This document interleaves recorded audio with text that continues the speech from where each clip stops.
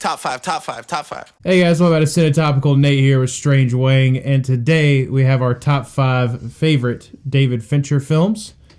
If you don't know how we do our top 5s, one of us will do 5 and 4, the other do 5 and 4, 3, 2, 3, 2, then we'll trade off number 1s, and we also have something we call the Zemeckis rule. Yeah, based on the Robert Zemeckis film Back to the Future. If someone has a film 2 spots higher on the list, well, what the fuck is the last?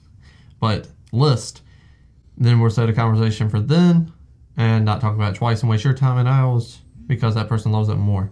So, I'm going to start us off. Okay. Number 5 for me is Zodiac. Just as Zemeckis. Just as Zemeckis. But it is a Zemeckis. Number 4 for me is Girl with a Dragon Tattoo. Zemeckis. Again. Number 5 for me is Seven.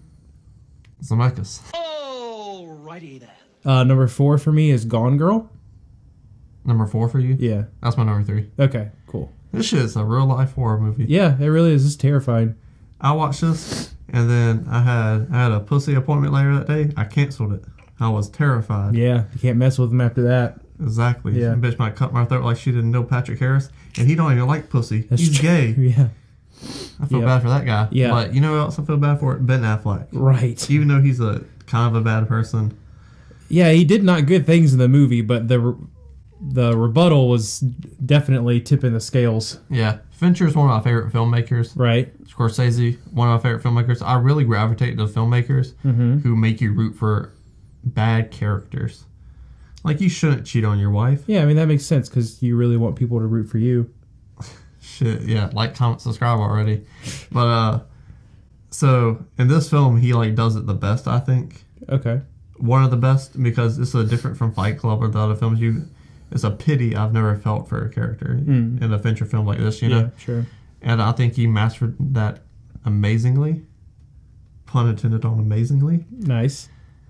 But, yeah. Fucking jarring film. Jarring. Yeah, it is very jarring. All right, well, so that was your number 3. What's your number 2? Or are you going to talk about it?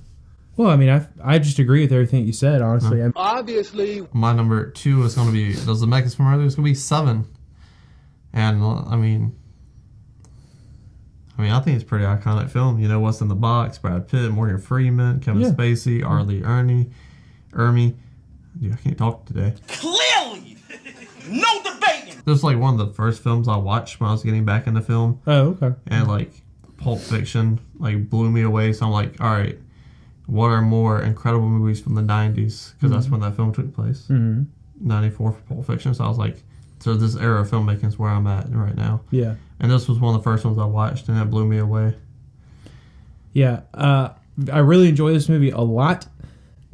I think that by the time I watched it, I had seen the What's in the Box clips so many times. See, I didn't know.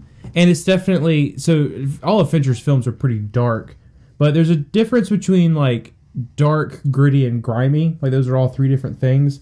This one is definitely like a little grittier, a little grimier than some of his other films. And that isn't my favorite. I don't even know what you necessarily call that tone, I guess, in film. And not that I dislike every film that's like that, because there's a film on a very high on my list that I would say is pretty gritty and kind of grimy at times, and I love that film. But the other ones jumped at 7 for me, just kind of for that aspect. I think that Fincher, if Craftsman, there's a master and apprentice, right? And obviously, I don't think that the two of them ever met, and probably couldn't have ever met. But so Hitchcock is the unabashed master of suspense, right? And I think David Fincher is the apprentice of suspense. Yeah. All his movies are incredibly suspenseful, and that's what really sells his movies to me. And some of the other ones felt a little more suspenseful, but I still love 7 a lot. My number 3 is going to be Zodiac, the other Zemeckis from earlier. I'm just going to say one thing. What's that? Including Hitchcock. Okay.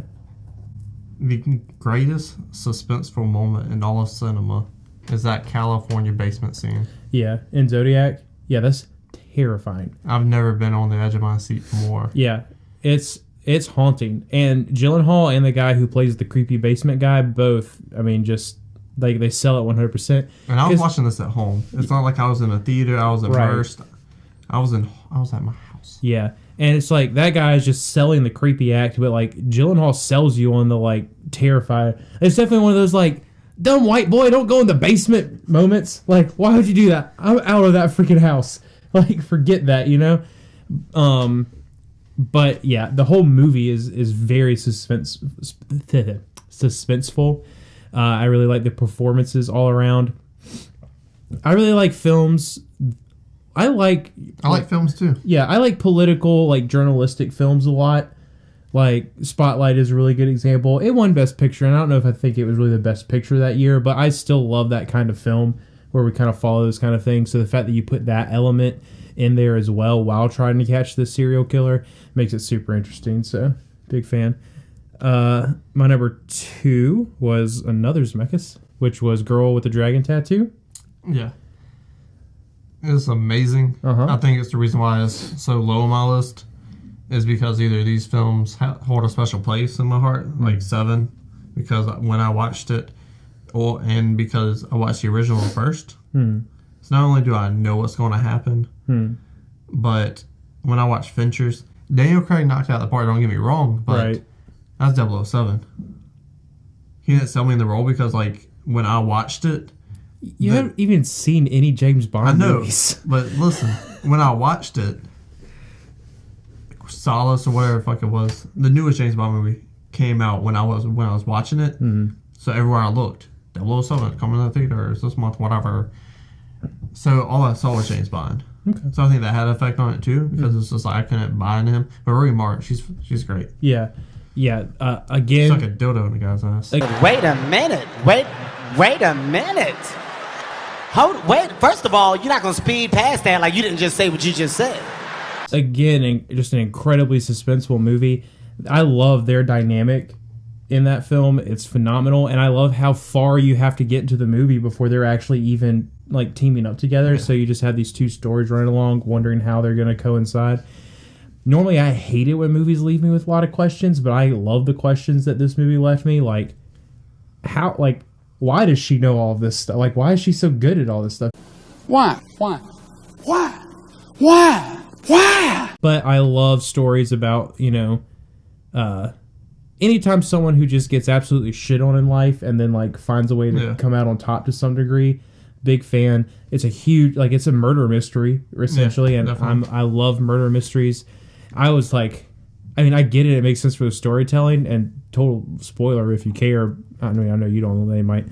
But I was heartbroken at the end when like she goes to give him that jacket that she got for him, and she sees him with another chick, Princess Buttercup. Yeah, and it's just like, it makes sense, but like it's like, she's been through so much shit. She finally got to a point where like she found someone she wanted in her life, and then they left her too. It's like, abandonment. That sucks. It's not Fincher's, but the original is a trilogy. Yeah. So all your unanswered questions and that stuff, you should highly recommend going out and really watching that. But they're Swedish, right? Yeah. Nice. I was with a Swedish girl one time. I doubt it. They're way too white for you. Anyways, that was my number. We on? Have you done number 1? Yeah, we're number 1. Okay. My number 1 is going to be Fight Club. Probably the same as yours. Yeah. I won't speak for him, but it's probably true for him as well. I ask a lot of questions about everything. Everything. When I watched this film in high school, when I was questioning everything unnecessary too much, like the necessary questions are 3. I'm asking 39. Sure. So this film just hit at the right time, like it did for most people, and maybe it'll fall back on the list. Like Fincher, he's still making stuff. He's making the Mindhunter TV show right now, which is also amazing. So maybe he'll make some more movies that will bump this one off. But right now, I'm still pretty young in my age, and it still just holds a very special place in my heart because of when I watched it and how cool Tyler Durden is. Because that dude's the best. Yeah. One of the greatest film characters of all time. Yeah, incredibly interesting. And character. the twist, obviously. Right. Like, yeah. Fincher puts a lot of twists in his films, but there is no twist that compares to that. I mean, that's got to be one of the, if not the best film twist of the last 20 years, Yeah.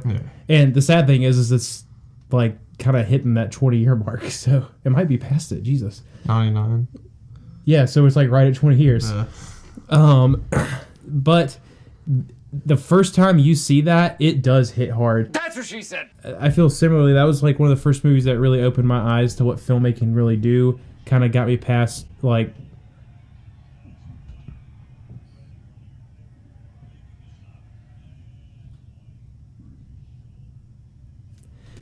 it really kind of got me past the like Michael Bay, like I just want, you know, dumb action movies and explosions and shit in my films. You waste our film.